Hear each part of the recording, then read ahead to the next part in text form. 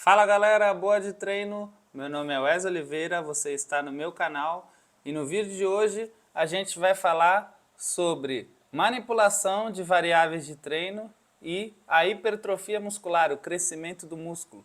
Será que se a gente mexer com a velocidade da execução, o tempo que você fica em cada fase de contração muscular, excêntrica, concêntrica ou isométrica, será que manipulando tudo isso a gente afeta o resultado final, que é o crescimento muscular?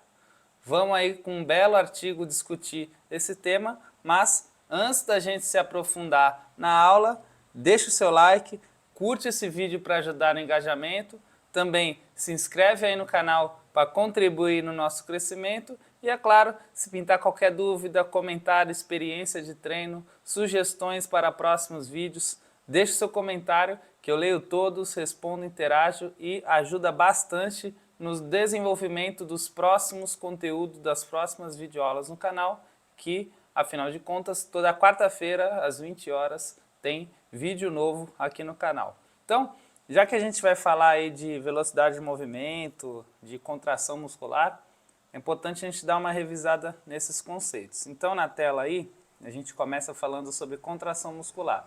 Então, a gente sabe que nos exercícios que a gente faz ali na musculação, a gente pode trabalhar a contração muscular ou a ação muscular basicamente de três formas. Então, a gente tem a isometria, né, que seria essa representação aqui da primeira imagem, que é quando a gente sustenta ali a articulação, sustenta a carga numa determinada posição, né, sem o movimento ali da musculatura, sem o movimento da articulação.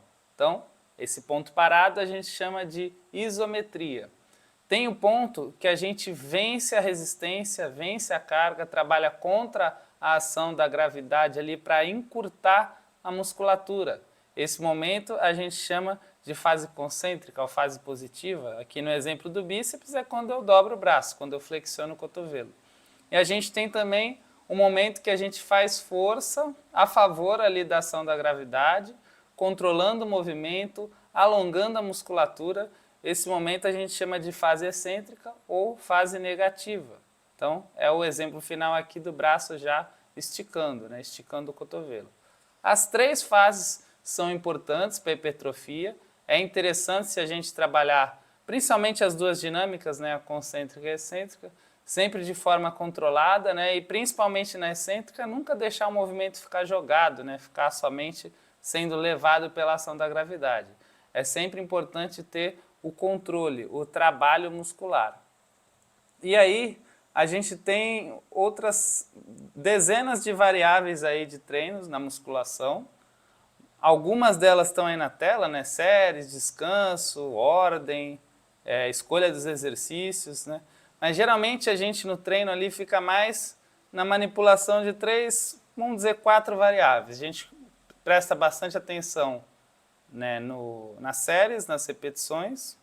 Quando a gente quer deixar uma série mais pesada, geralmente a gente mexe na carga e também a gente se preocupa muito com o exercício que a gente vai fazer, né? Basicamente essas quatro variáveis, talvez cinco aí com descanso, né, o tempo que você repousa entre uma série e outra, é o que a galera se preocupa muito em controlar para estar direcionando o objetivo do treino. Se é um treino que vai manter o músculo mais tempo trabalhando, se vai fazer mais repetições, ou se é um treino que você vai fazer menos repetições, mas vai trabalhar com cargas mais altas, e aí precisa descansar mais, às vezes é mais adequado fazer em um exercício multiarticular, como um supino, um agachamento. Então, geralmente a gente se pega mais nessas variáveis, mas uma outra variável que a gente pode controlar, pode manipular para estar direcionando aí os efeitos do treino, principalmente se a gente for estar falando de hipertrofia muscular, é a velocidade de execução.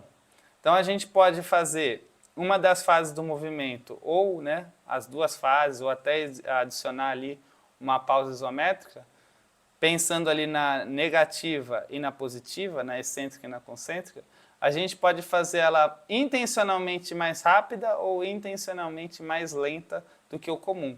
E principalmente se a gente falar da velocidade mais lenta, a intenção é deixar o músculo mais tempo sobre a carga, sobre a ação da carga, sobre a ação da resistência que a gente está movimentando. Então, é aumentar o tempo sob tensão muscular. Seria esse o termo usado aí nos estudos científicos. E quando a gente fala principalmente na fase negativa, na fase excêntrica, na fase de alongamento do músculo, você diminuir intencionalmente a velocidade desse movimento, você torna a repetição um pouco mais controlada, né? Você torna essa excêntrica intencionalmente mais trabalhada, valorizando mais a ativação muscular nessa fase do movimento, que muitas das vezes, como eu já até tinha citado anteriormente, ela fica ali muito jogada, muito negligenciada. Então, tem algumas técnicas de treino que defendem que você fazer esse tipo de execução mais lenta na excêntrica seria superior, seria melhor para a hipertrofia do que no treino tradicional. Tem algumas evidências científicas que mostram isso, outras não, e o estudo de hoje vai ajudar a gente a entender um pouco melhor isso. Se a gente for pegar todos esses conceitos aí de contração muscular e velocidade de movimento e usar como exemplo aqui a cadeira extensora, a gente tem, quando estica a perna, uma ação concêntrica, uma ação positiva, uma ação de encurtamento muscular, né, produzindo força para vencer a carga ali, tanto, né, da gravidade quanto a carga da máquina. A gente tem, quando a perna dobra, a fase excêntrica, está alongando ali a musculatura da frente de coxa, que é o alvo do exercício, fase negativa também chamada. Então a gente pode tanto só soltar a perna e deixar a carga voltar, que a gravidade faz o trabalho, mas a gente sabe que esse não é ideal, pensando em hipertrofia e pensando em até saúde da articulação. Então a gente pode fazer essa fase de forma controlada, que é o recomendado, e se eu diminuo a velocidade do movimento, eu estou deixando o meu músculo mais exposto a essa ação de controle, né? Então essa seria a ideia de fazer uma excêntrica mais lenta. Então vamos agora ver os detalhes desse estudo e ver como os pesquisadores aí pensaram no desenho dessa pesquisa para estar verificando essa questão da ação da velocidade de movimento na fase excêntrica e se isso interfere ou não de forma positiva na hipertrofia. Então, primeiro vamos ver os participantes, a quem se aplica o estudo de hoje. Foram pesquisados aí 10 pessoas, né, predominantemente homens, né, 8 homens e 2 mulheres, galera saudável, né, adultos jovens ali na casa de 25 anos, todo com os dados ali de peso e altura, percentual de gordura, tudo na média, né, nem extremamente fortes, nem extremamente ali magrinhos, nem obesos, longe disso. E eram pessoas que estavam já um tempo considerável sem treinamento, pelo menos 3 meses sem treinar. Isso é interessante porque aí os resultados que a gente vê aqui vai ser aplicável para um público desse padrão. Adultos jovens, num peso ali ok, características ali saudáveis e já há um tempo considerável sem treinar. E aí, esse programa de treino ele foi feito por 8 semanas, que dá mais ou menos aí 2 meses. Na verdade, foram 2 semanas de familiarização para se acostumar ali com as técnicas, com o exercício que foi utilizado nesse estudo, que foi justamente a cadeira extensora, que a gente já mostrou ali. E aí, de fato, ali o treino mais sério, medido direitinho, foram 8 semanas. E como era feito esse treino? Na cadeira extensora, então, a mesma pessoa treinava de jeitos diferentes para cada perna. Então, uma perna fazia essa extensora com a subida padrão de 1 segundo, isso foi usado nas 2 pernas, porém a descida excêntrica tinha uma velocidade diferente. Então, uma perna treinou com uma excêntrica de 2 segundos, a outra treinou com uma excêntrica mais lenta, com um tempo total de 4 segundos. Então, essa foi a diferença. Os outros dados do estudo, as outras variáveis de treino, elas foram pareadas. Então, todos fizeram 5 séries para cada perna por treino, que eram 2 treinos por semana, com pelo menos 72 horas entre um treino e outro, para não ter, né, muita interferência aí de fadiga. Então, eram 5 séries para cada perna. A carga era de 70% do máximo, que foi avaliado ali no início do estudo, também foi avaliado depois para ver se aumentou a força. E aí, entre séries, tinha 3 minutos de descanso. E todas as séries eram até a falha. Então, respeitando essas características de concêntrica igual, 1 segundo para subir, porém excêntrica, descida, uma perna 2 segundos e a outra mais lenta 4 segundos, tirando isso, tudo era pareadinho, faz o que der até a falha com 70%, o máximo de repetições que você conseguir, respeitando essas características. E aí foi feita uma série de avaliações, né, tanto antes, quanto durante, quanto depois do estudo, para estar comparando os resultados e a gente entender melhor qual foi o efeito dessa variação aí no treino. Então avaliou a composição corporal da galera, né? Parte de gordura, massa muscular, parte de peso e altura. Avaliou a força máxima, tanto antes para determinar a carga, como depois para ver se eles aumentaram a força também. Avaliou também o tempo sob tensão, então a relação de repetições, séries realizadas e também esse tempo aí na excêntrica, o quanto demorou. Então, se o tempo era padrão e as repetições eram até a falha, o que ia variar ali, determinar essa mudança no tempo sob tensão, eram as repetições, pois não tinha um controle exato das repetições, mas sim até a falha com a mesma carga de 70%. E a questão da hipertrofia, da espessura muscular, como era um exercício de cadeira extensora, que a gente sabe que é direcionado ali para o quadríceps, para a parte da frente da coxa, então foi avaliado justamente 3 desses músculos, né? Então são 4. A gente tem o vasto intermédio ali, que é um músculo mais profundo, então é mais difícil de avaliar via ultrassom, né? Que foi o método utilizado aqui por essa pesquisa, para avaliar a espessura muscular, o ganho de massa, a hipertrofia. Então, com o ultrassom avaliou vasto lateral, vasto medial e reto femoral, que a gente consegue ver aqui nessa imagem representativa aí dos músculos da parte da frente da coxa, do quadríceps. Então a gente tem o vasto, né, o reto femoral aqui na parte mais central do músculo superficial, o vasto intermédio vem aqui por baixo, né, mas ele não foi avaliado. E a gente tem o vasto medial, como o próprio nome já diz, né, a parte medial, ou popularmente chamada de parte de dentro da coxa, né, aqui mais próximo do joelho principalmente, e o vasto lateral, na parte lateral ou na parte externa da coxa. Né? Então foram avaliados esses 3 músculos. Agora então, vamos dar uma olhada aqui nos principais resultados desse estudo. Então a gente tem aqui essa tabela que ela resume para a gente o ganho de espessura muscular, ou seja, o aumento da massa muscular, na soma desses 3 músculos aí do quadríceps, da frente da coxa. A gente tem o ganho de músculo a músculo e a gente tem aí o ganho de força muscular, que é a última linha aqui.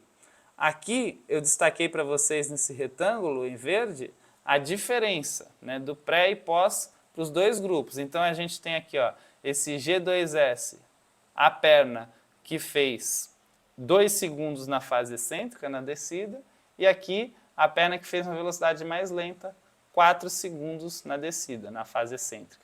Então a gente vê aqui, apesar de não estar marcadas as diferenças estatísticas, ou seja, o estudo ele produz resultados ali de média e desvio padrão, que é o que vocês estão vendo aí, e aí tem uma série de cálculos de análise estatística para determinar se realmente essa diferença ela teve ali uma significância, se ela foi relevante, né? Se realmente dá para considerar que um método foi diferente ou foi superior ao outro para causar aquele resultado que a gente está procurando. E aí, a gente vê aqui que apesar de diferenças de média, os resultados eles são bem semelhantes. Então, na soma total, pelo menos na média, a perna que fez 4 segundos levou a melhor na hipertrofia, considerando os músculos como um todo, mas quando vai analisar na estatística, essa diferença de média ela não foi significativa.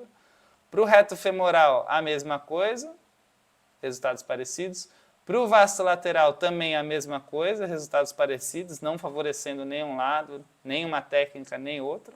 Porém, quando a gente vê aqui o vasto medial, que é essa que está destacada aí de vermelho, a gente já vê uma diferença.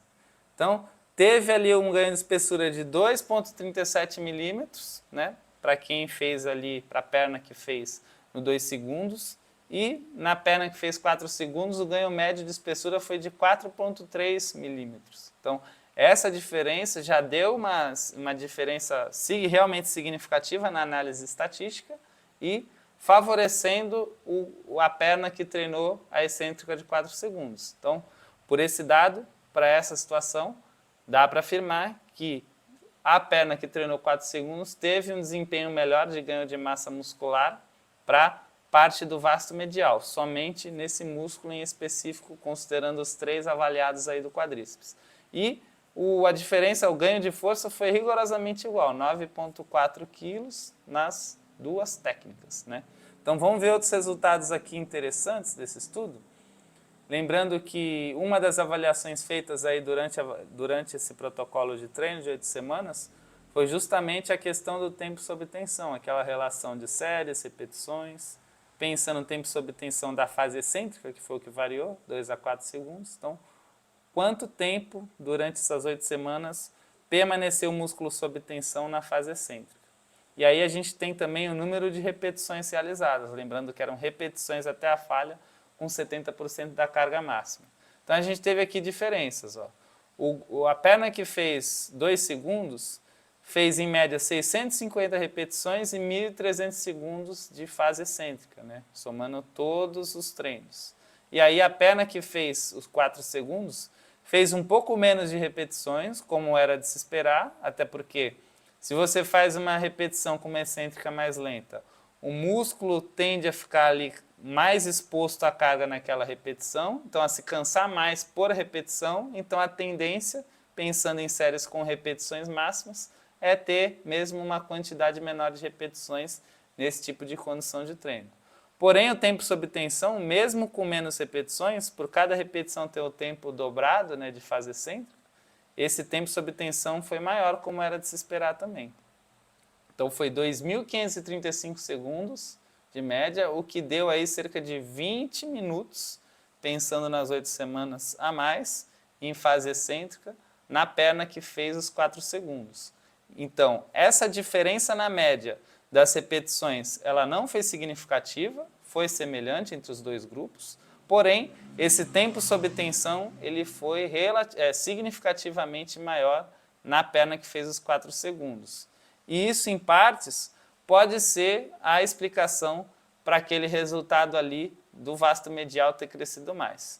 Então, antes da gente sair falando, então se eu quero crescer meu vasto medial, vamos fazer a cadeira extensora com a descida lentinha, a gente tem que pensar em algumas características desse estudo aqui, né? Então, pensar primeiro nesse conceito de hipertrofia regional ou hipertrofia seletiva. Então, a gente sabe que a cadeira extensora trabalha o quadríceps, que o quadríceps, como o próprio nome diz, tem 4 músculos, mas não necessariamente uma coisa que eu já citei em outros vídeos aqui, que a gente treinando ao longo do tempo, a gente percebe, a galera dos fisiculturistas das antigas já sabia, quem começou a treinar 100 anos atrás já percebia, mas que a ciência vem colaborando com toda essa galera também e vem demonstrando isso nas pesquisas que estão sendo publicadas aí, principalmente nos últimos anos, está se investigando bastante essa questão. Não é porque um exercício é para um determinado grupo muscular que necessariamente todos os músculos daquele grupo vão crescer igualzinho na mesma proporção. Às vezes acontece de um músculo crescer mais do que o outro, mesmo estando no mesmo grupo, fazendo o mesmo movimento, que no caso aqui é a extensão do joelho, já que a gente está falando de cadeira extensora. E outra coisa, às vezes o mesmo músculo, em porções diferentes, cresce de forma diferente, né? Então, esse fato vem sendo bastante estudado e foi o que aconteceu aqui no caso do vasto medial ter crescido mais. Temos que lembrar que esse estudo foi feito com pessoas que já estavam há pelo menos 3 meses sem treinar. Então não eram com pessoas treinadas. A gente sabe que pessoas treinadas já têm ali uma condição de ativação muscular melhor, tanto pensando no músculo em si, como nos outros músculos que trabalham junto para o movimento, e até em músculos sinergistas, auxiliares ou estabilizadores. Então, tudo isso pode interferir no padrão de crescimento muscular para uma resposta de um determinado exercício.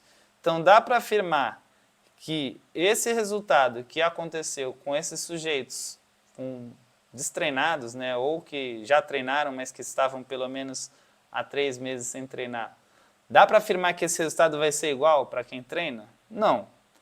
Então, a gente pode até testar isso na prática, às vezes você precisa melhorar ali o vasto medial. Você viu que essa pesquisa está indicando que pode ser que essa excêntrica lenta seja benéfica para o crescimento do vasto medial. Lembrando que todos os outros músculos cresceram também, ali a força aumentou também, mas essa diferença ela foi mais notada do vasto medial. Então, se tu quer melhorar um ponto específico, esse teu ponto específico do quadríceps, você pode testar essa técnica. É garantido que vai funcionar? Não. Você se você tiver o perfil dessa pesquisa, ser uma pessoa destreinada, adulto jovem, pode ser que funcione, mas provavelmente se você estiver destreinado, você nem vai querer melhorar em específico ali o vasto medial. A não ser se for por uma questão de saúde e reabilitação. Mas pensando num contexto de estética, se você está começando a treinar, você nem vai ficar tão focado assim em um determinado músculo específico do quadríceps. Mas você deve ficar focado em entrar na rotina de treino, manter a constância, aprender os movimentos, aprender a controlar as fases, estudar mais sobre musculação, a ser paciente com os resultados, a buscar uma boa execução para não se machucar. Essas devem ser as suas preocupações, né? Pelo menos no mundo ideal. Não exatamente com um ganho no músculo X. Mas agora, por uma pessoa treinada que já tem um baita físico bem desenvolvido e precisa melhorar aquele ponto para equilibrar a harmonia do shape, aí isso pode ser interessante. Aparecendo um estudo semelhante, não sei se tem, posso até pesquisar depois, para ver se já foi testado isso em pessoas mais experientes, se realmente está mostrando que em experientes o resultado tem um comportamento parecido, aí já fica mais ali substanciado ainda para a gente usar. Mas e você, já teve alguma experiência aí na prática? Cadeira extensora mais lenta, percebeu que mudou ali, né? Com essa mais lenta na excêntrica, mudou ali o desenvolvimento muscular? Ou para outro grupo muscular? Deixe seu comentário aí, compartilhe a sua experiência com a gente, que isso ajuda a entender mais sobre o treino, a gente aplicar mais coisas que já funcionaram, tanto em evidências científicas, como na prática no dia a dia com outras pessoas, testar aquilo com a gente e ver se funciona também no nosso corpo e com o nosso padrão de treino. Beleza? Esse foi o vídeo do dia. Mais uma vez, não esquece de deixar o seu like, não esquece de se inscrever no canal e também comenta aí suas experiências, sugere novos vídeos aí para as próximas aulas. Quarta-feira que vem, às 20 horas, estamos juntos aí de novo na próxima aula. Beleza? Bons treinos, bons estudos e até o próximo vídeo.